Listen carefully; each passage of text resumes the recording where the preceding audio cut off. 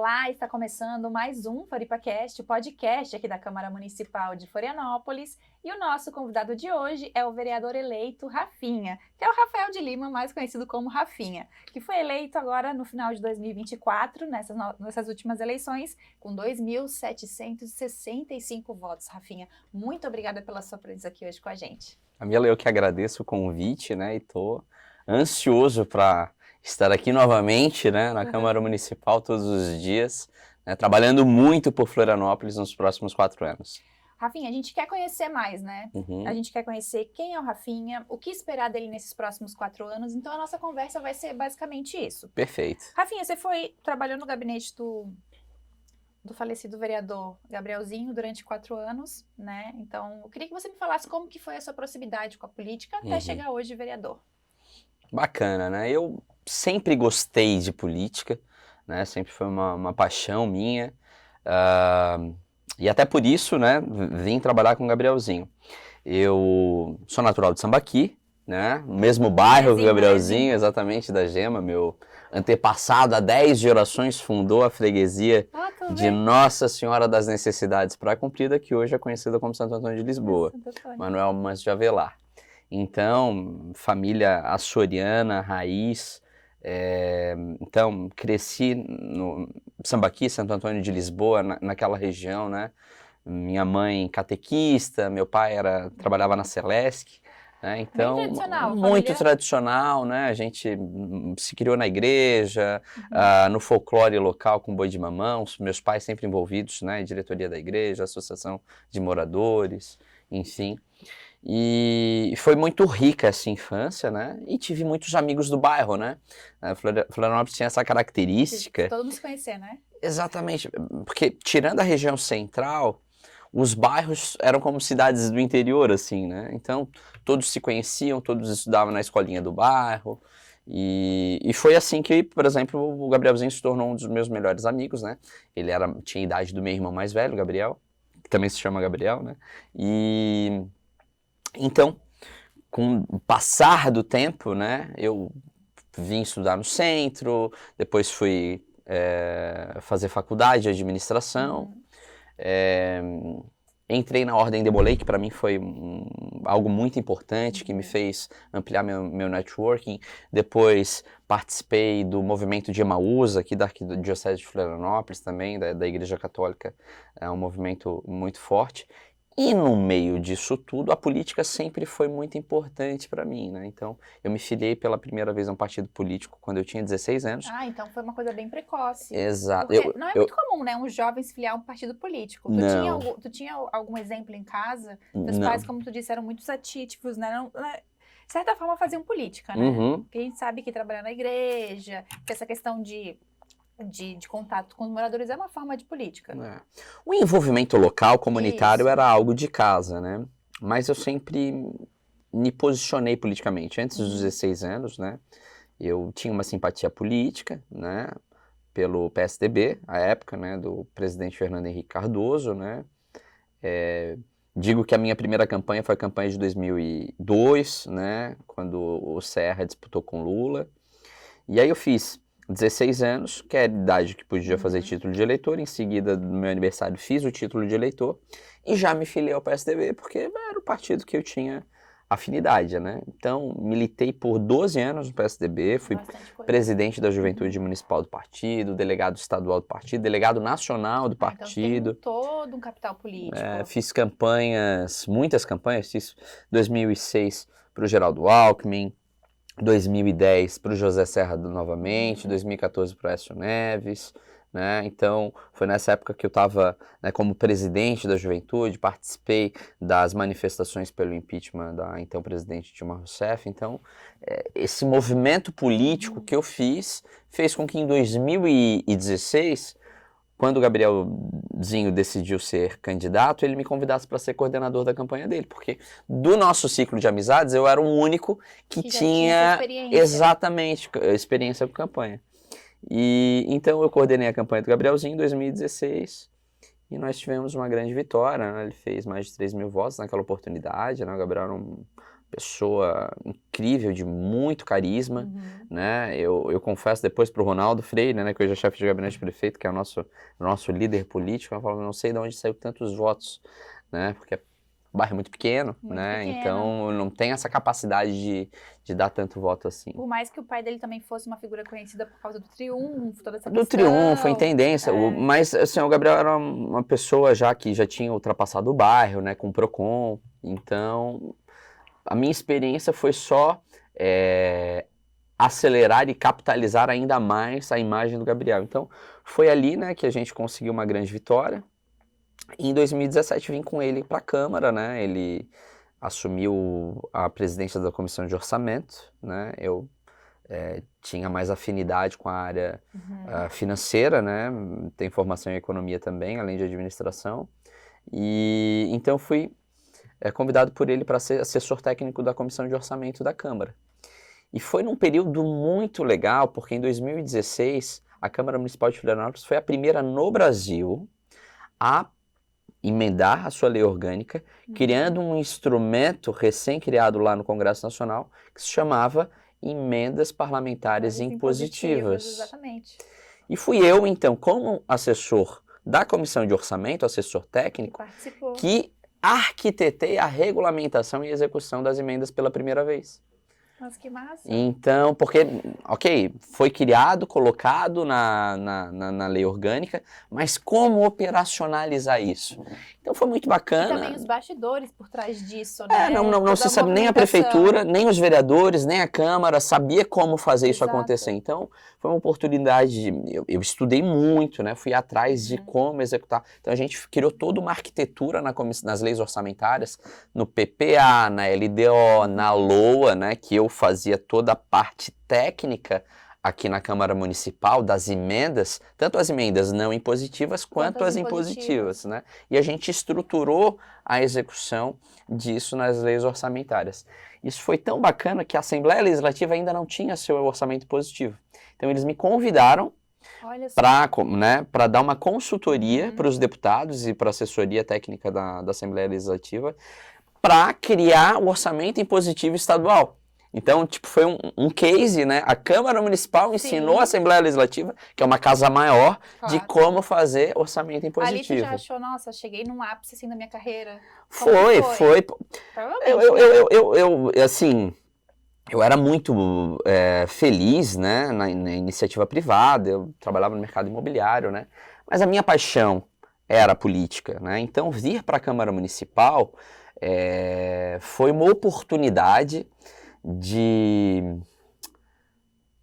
fazer um sonho se tornar realidade, impactar a vida das pessoas, né? Porque apesar de eu não ser vereador, né, eu fazia parte de um mandato, o Gabriel, a gente brincava, né, que nós éramos sócios, né, de um mandato, né, e ele dava muita liberdade pra gente. Então a parte da comissão de orçamento, das leis orçamentárias, né, ele deixava para eu tocar. Então foi uma oportunidade muito bacana. Eu relatei para ele o PPA de 2017 até 2021 e todas as leis orçamentárias dos 4 anos seguintes, todas as LDOs de 17 a 21 e todas as LOAs de 17 a 21.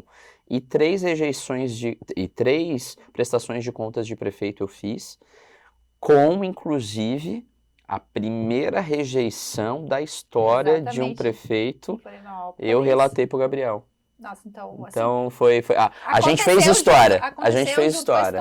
Né, Rafinha? E eu lembro que a Câmara me possibilitou, né? Eu passei uma semana em Brasília fazendo um curso de orçamento público no Ministério do Planejamento e no Ministério da Economia. Né? A Câmara me oportunizou fazer esse curso, né? Trocando ideias com o governo federal, aprendendo com quem faz orçamento lá em Brasília. Depois eu fui para São Paulo, no INSPER, maior escola de negócios do Brasil, a Câmara, que me oportunizou, então, as minhas especializações em orçamento público, né, além da experiência, né, a parte técnica, né, foi a Câmara Municipal de Florianópolis que investiu em mim, né, e eu fico muito feliz de voltar hoje, depois de uma passagem pelo Executivo, né, com mais bagagem para qualificar ainda mais a nossa Câmara. Tu ficou, então, 4 anos aqui na Câmara, no mandato do vereador Gabrielzinho, e depois foi para o Executivo, né? Atualmente, você era chefe de gabinete adjunto do atual prefeito Topázio Neto, fez parte, né, da criação também do Floripa Regular, né, de um projeto. A gente até fez um podcast aqui para falar, eu até te falei, foi um dos mais assistidos, porque acho que foi era um assunto extremamente importante. É uma dor assim, das pessoas em Florianópolis. Falou, uma dor das pessoas. É uma das minhas bandeiras, inclusive. Exato. E quero falar também um pouco sobre esse processo no Executivo, né? Você esteve aqui no Legislativo, no outro lado, e como que foi essa parte, né? Então, aqui no Legislativo eu fui assessor técnico da Comissão de Orçamento, depois por um ano eu fiquei como chefe de gabinete do Gabrielzinho, e depois no último ano eu fui assessor técnico da Presidência, né? Mas atuando mais na parte orçamentária também. E depois da reeleição do Gabriel, o Gabriel foi o terceiro mais votado, coordenei de novo a campanha dele, né? Fui vice-presidente do partido. E naquela oportunidade, a gente fez parte da coalizão do então prefeito Jean Loureiro, que se reelegeu, né? E o prefeito convidou o Ronaldo, que era presidente do partido, para ser secretário, e eu fui como chefe de gabinete da Secretaria de Administração. E foi o maior desafio da minha vida, sem sombra de dúvidas, porque o Legislativo nos dá mais liberdade de ideias, né? Liberdade conceitual e mais tempo para atender as pessoas, claro. Entender as dificuldades, né? Mas a verdade é que aqui a gente cobra a execução das coisas por parte do Executivo, né? Exato. Então, lá eu chamo de moedor de carne, né? Moedor de gente, porque é muito desafiador fazer as coisas acontecerem, né? Principalmente alguém com perfil de sempre trabalhando em iniciativa privada, e o Legislativo é muito diferente do Executivo, né? Eu fui para o Executivo em 2020 como chefe de gabinete da Secretaria de Administração e diretor de RH da Prefeitura. Quando eu cheguei na Prefeitura, nós tínhamos mais de 10 mil servidores, né, somando empregados públicos, terceirizados, estagiários. Hoje já deve bater 15, né? E eu cheguei na pandemia. Eu assumi então, como secretário e começou a pandemia da Covid. Eu peguei a pandemia. Então, teve momentos que 2/3 da minha equipe estavam em casa, doentes, e eu tinha que contratar 1.500 médicos e enfermeiros para atender os postos de saúde. Como fazer esse trâmite burocrático? Sem gente, né? Contratar 2.000 professores para a volta às aulas no meio da segunda onda da Omicron. Então foi um desafio tremendo, a gente reformando leis no meio da pandemia, né, fazendo alterações de processo, modernização. A gente diz que a gente estava transformando o RH da prefeitura, né, como se fosse trocar o pneu com o carro andando, né? Então aprendi muito, né, mas nunca trabalhei. Acho que é uma experiência válida, né? Não, foi incrível, mas, né? E desafiadora, claro, óbvio. Lembro com orgulho, mas não com saudade. Né? Mas foi isso, né? Foi isso que fez com que, né, o Topázio, inclusive, aqui a TV Câmara, a gente fez a primeira Semana do Servidor. E aí, a gente estava no meio da pandemia, então foi um ciclo de palestras com certificados de servidores e tal. E aí, como a gente não tinha estúdio na prefeitura, a gente fez aqui na TV Câmara. Ah, que legal! Então a gente abriu a Semana do Servidor de 2021 com o prefeito Jean, depois com o então vice-prefeito Topázio, falando dos desafios dos servidores públicos, né, no meio da pandemia. Foi muito legal, foi gravado aqui na TV Câmara, foi bem legal. E foi nessa oportunidade, então, que o Topázio, a gente se conheceu na campanha, né, mas foi nessa oportunidade que o Topázio começou a me convidar para fazer algumas reuniões. Ele já sabia da possibilidade de o prefeito sair e ele assumir a prefeitura, e ele me convidou para algumas reuniões semanais para entender alguns temas que ele não conhecia. Basicamente, orçamento municipal, que eu tinha criado domínio aqui na minha época de Câmara, né? E o funcionamento da máquina pública, porque eu, como era diretor-geral de RH, eu conhecia todas as engrenagens da prefeitura. E foi ali, então, que ele me convidou, né, quando ele assumiu, para ser assessor dele. Então, Quando ele assumiu dia 1º de abril de 2022, ele me convidou para ser assessor do gabinete do prefeito e fui trabalhar com ele. Em princípio, para fazer a reforma administrativa. A atual estrutura administrativa da prefeitura eu que desenhei. E 2 semanas depois, ele me chamou, eu decidi que a minha prioridade esse ano vai ser a revisão do plano diretor, eu quero que tu coordene. Então, fui um dos coordenadores da revisão do plano diretor e novamente usei a TV Câmara, porque a gente fez a revisão do plano diretor e em uma das etapas, que a gente tinha um termo de ajustamento de conduta com o Ministério Público. Uma das etapas, quando a gente finalizou a minuta do plano diretor, a gente apresentou ao Conselho da Cidade. Então, para apresentar tanto para a sociedade quanto ao Conselho da Cidade, a gente fez um dia inteiro, uma transmissão, onde a gente botou os conselheiros numa sala assistindo, e essa transmissão era aberta para toda a cidade pelo sinal das TV Câmara e pelo YouTube da Prefeitura. Então a gente começou às 9 da manhã e fomos até às 8 da noite. E eu apresentei, eu era o apresentador do...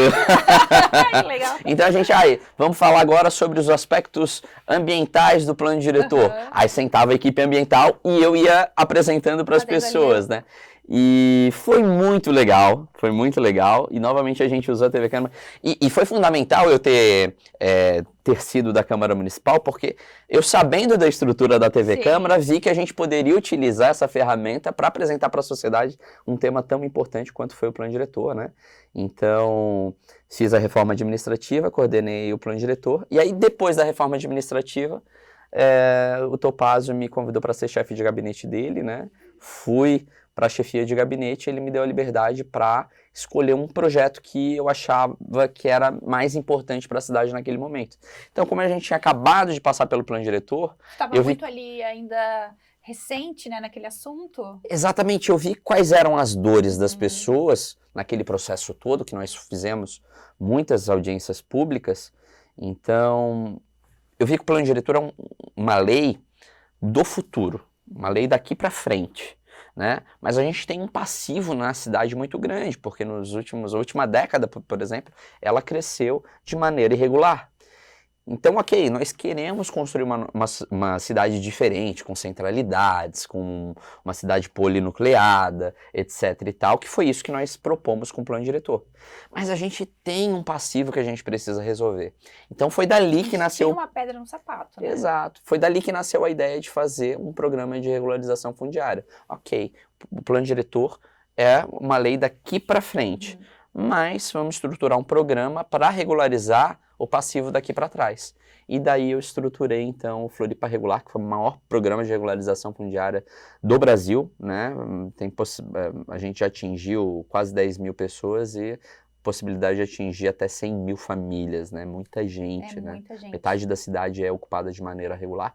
É um dos pilares, né, da minha atuação como vereador. Acredito que trabalhar esse tema, tanto plano diretor quanto regularização fundiária, tenha sido um dos grandes responsáveis por hoje eu ter me eleito vereador. Né? Rafinha, então, uma coisa que eu quero saber, que eu tô curiosa.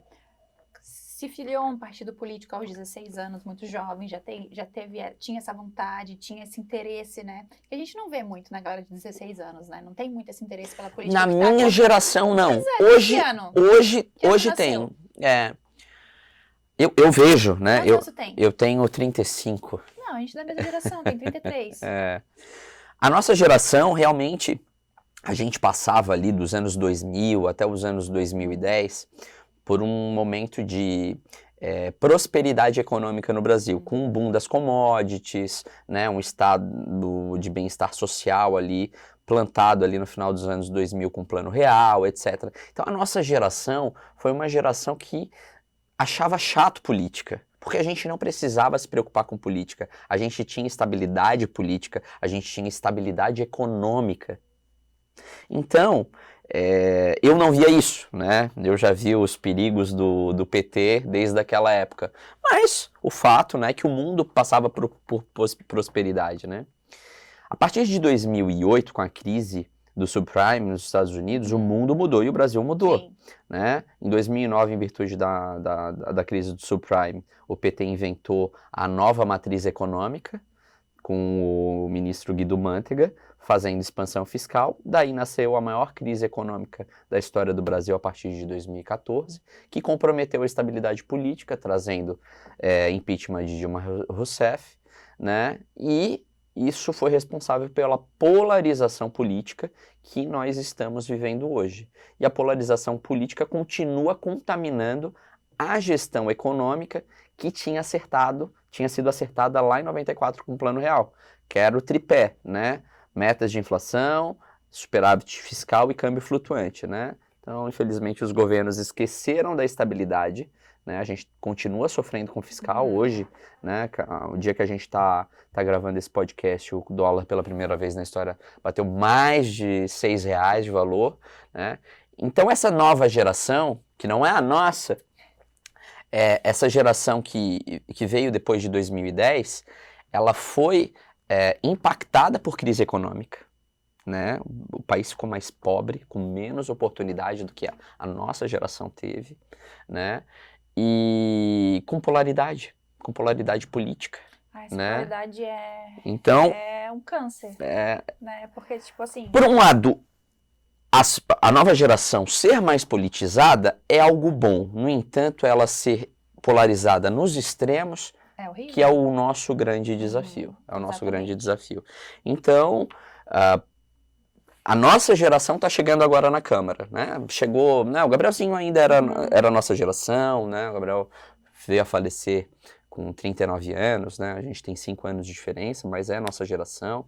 A gente tem uma nova geração chegando na Câmara, chegando na Assembleia Legislativa, chegando no Congresso Nacional, né? E daqui a pouco vai chegar no Poder Executivo, nas prefeituras, no governo do Estado. E eu acredito aí que essa geração tomando poder a partir de 2000 até 2030 aí a gente consiga, né? Porque são ciclos, né? São ciclos, né? A gente conseguir pacificar o país. Se a gente vir, claro, um país, qualquer coisa é feito de sua história, né? É como tu falou, são ciclos. A gente está num ciclo difícil agora, eu acredito, né? Com essa polarização extrema. Os extremos são muito difíceis de lidar. É muito difícil, independente de qual lado seja, né? Então a política... como tu falou, eu consigo ver a beleza na política. A política é muito bela, mas muitas pessoas não conseguem enxergar a necessidade dela, a importância dela, porque tudo na nossa vida é política. Às vezes as pessoas começam a ficar alheias a isso por causa de todas essas questões, essas barreiras que são criadas, porque antes de chegar na política, de entender realmente como ela funciona, tu tem que enfrentar um extremista aqui, um extremista ali, uma fake news aqui, uma coisa que foi falada ali. Então a pessoa não consegue nem quebrar essas barreiras para entender realmente. Então elas ficam alheias. Vereador, que eu não vou votar. Não sei o que todo mundo não sei o que. Então, é um desafio. Exatamente. Vou contar uma curiosidade da minha eleição, né? Como eu te falei, eu sempre fui filiado ao PSDB, eu sempre fiz oposição ao PT, né? Mas era de centro, sempre fui de centro, né? E aí eu disputei a eleição pelo PSD, que é um partido de centro, é o partido do prefeito Topazio, mas eu tenho uma posição um pouco mais liberal, do ponto de vista de gestão econômica, claro. Né? De formação. Mas, no geral, eu me considero uma pessoa de centro, né? Minha atuação sempre foi de conciliação. Né? Mas, discussão de ideias, exato. A política é isso. E olha só que engraçado, né? Eu fiz campanha pelo impeachment da Dilma, sempre fiz oposição ao PT. E sofri, na minha campanha, um cancelamento da direita, por causa da conjuntura nacional. Né, de ter um movimento durante a eleição anti-PSD, anti-Rodrigo Pacheco, que é do meu partido e preside o Senado, anti o Gilberto Kassab, que é o nosso presidente nacional e tem ministérios no governo Lula, mas é secretário do governo Tarcísio, né, que é um partido de centro, evidentemente, né. Então eu fui cancelado, sofri com impacto não de quem eu sempre fiz oposição, que foi o PT, mas sofri mais impacto, né, de teoricamente um segmento que simpatizava com a minha atuação, que foi a direita. Tu não vê que tá uma esquizofrenia política? Mas tu pode botar isso com essa palavra, esquizofrenia política. Então, não tem uma linearidade em relação às coisas. Como tu acabou de falar, tu tem uma história, tu tem um capital, tu tem tipo, olha todos os feitos, todo lado que tu sempre teve. Tu teve sempre o lado. Então, lá na frente, por algumas outras questões alheias, as tuas, aí tu sofre todo esse retalhamento, tipo... É um perigo. É um perigo porque as paixões... Exato. A paixão não é racional. Não. Então, quando as pessoas colocam a paixão ideológica acima da racionalidade, aí a gente acaba colocando aventureiros, né, para comandar o que deveria ser comandado, tocado por pessoas com competências. Exatamente. Então, a gente vê muitos tiriricas, né, ainda sendo eleitos. Aqui em Santa Catarina, né, que tem um perfil, né, de maioria mais conservadora, de direita, liberal, né, a gente tem os tiriricas de direita sendo eleitos, né. Então, é um desafio para políticos que estão se colocando como eu estou, né, de centro, né, propositivo. Para gente que faz proposta, que tenta sair fora desse jogo de lados, tá? De que lado que você é do lado verde e amarelo, você é do lado vermelho. Do Brasil. Exato. Exatamente. Eu sou do lado do Brasil, até mas hoje em dia mas é um desafio, desafio porque a opinião pública, ela quer posição. Exato, ela quer posição. E ela não aceita que a tua posição é aquela. Não, a minha posição é essa. A minha posição é não estar de nenhum dos lados. A minha posição é essa. E mas ele não entende. Ele quer que tu seja ou tu é Bolsonaro ou tu é Lula. Chama de covarde. Exatamente. Tu é um covarde.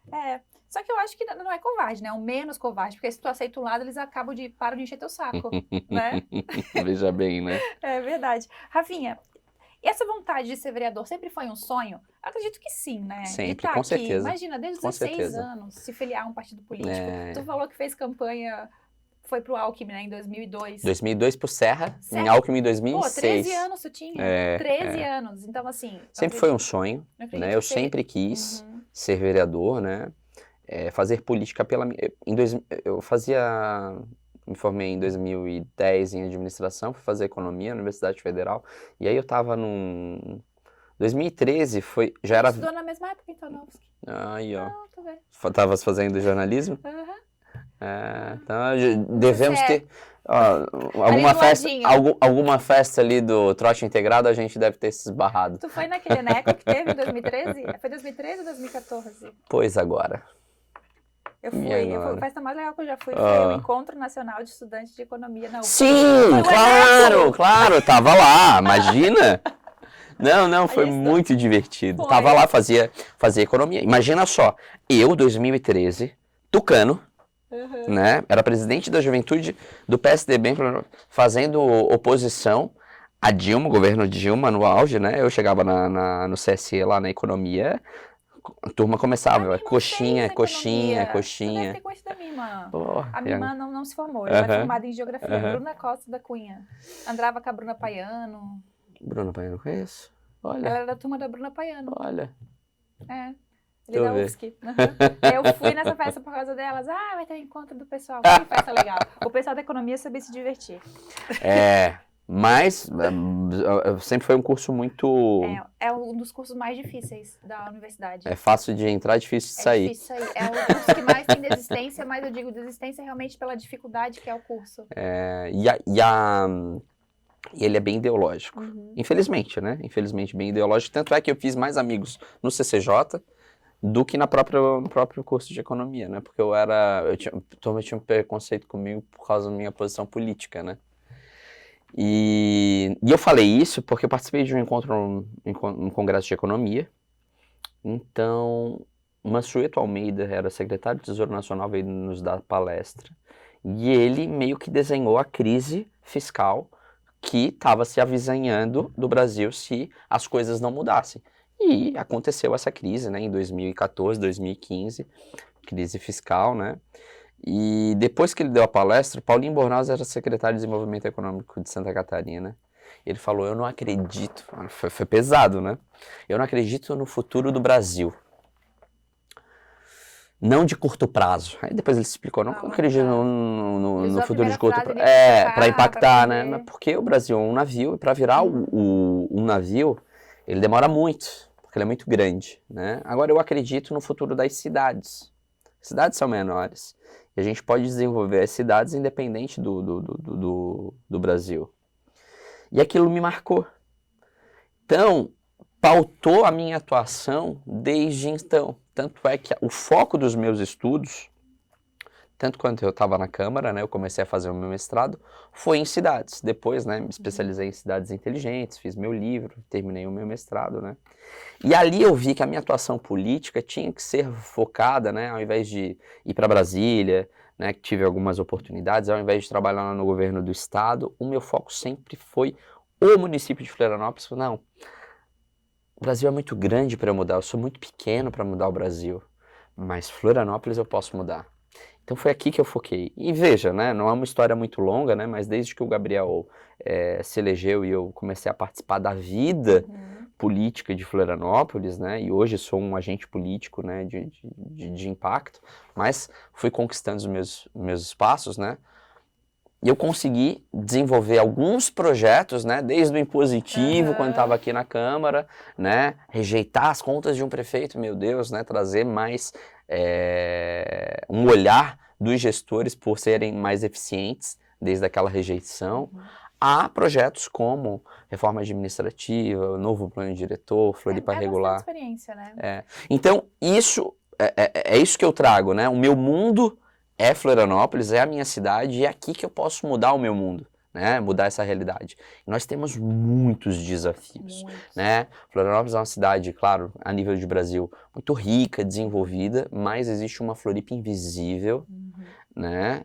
E esses últimos 2 anos, trabalhando com o prefeito Topázio nesses projetos como plano diretor e Floripa regular, eu te diria que ninguém da prefeitura nos últimos 2 anos visitou mais comunidades do que eu.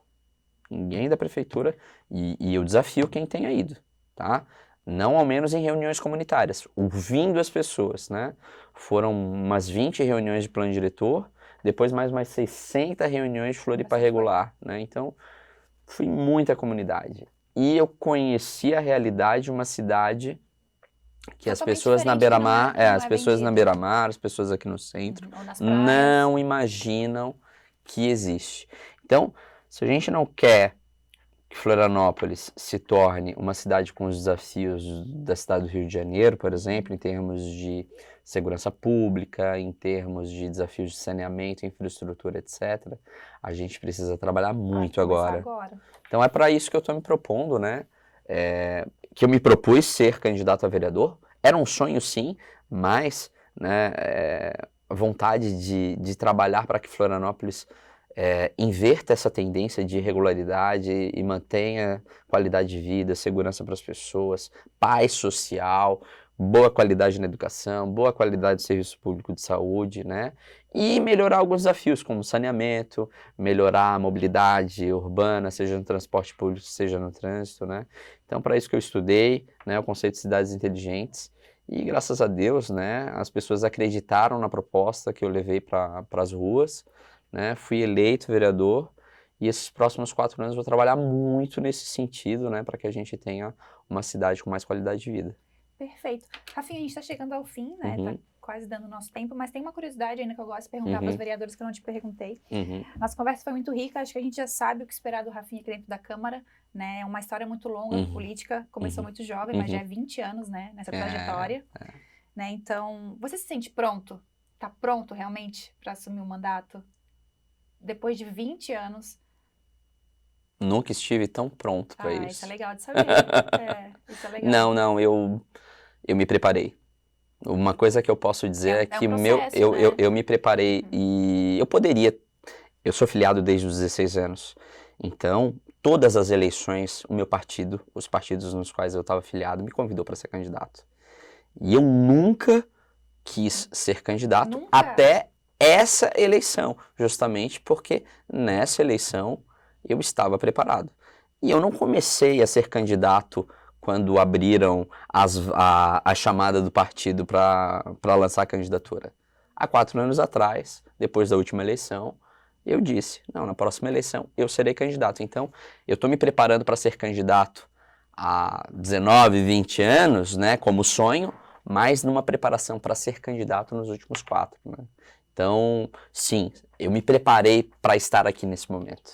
Perfeito. Mais uma curiosidade, tá? A gente pergunta para todos, agora eu quero saber de você. Como que foi esse processo de campanha, esses bastidores, né? Quando você falou, não, eu tô pronta, é agora, esse é o momento. Acho que depois desses 4 anos em que eu decidi, eu vou me candidatar. Como que foi esse processo, assim? Você tinha, eu vou conseguir, vai dar certo? Como é que é? Quero saber um pouquinho desses bastidores. Por mais que a gente acredite estar preparado, que sabe fazer, fiz coordenação de 2 campanhas vencedoras, né, do Gabriel, então não era algo novo para mim.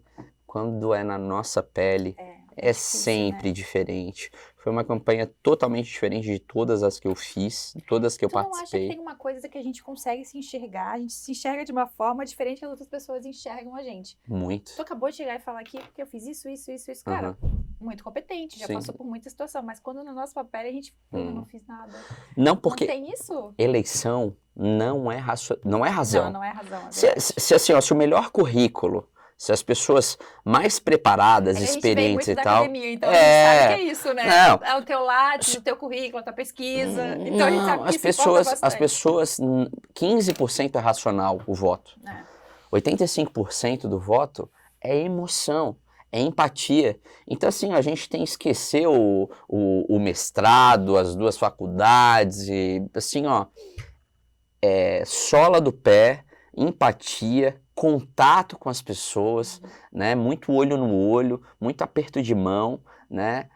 E criar relações, né? Eleição são relações. E eu digo que existem 2 coisas muito diferentes. Nem sempre as pessoas mais votadas, muito difícil eu diria, os mais votados são os parlamentares mais influentes.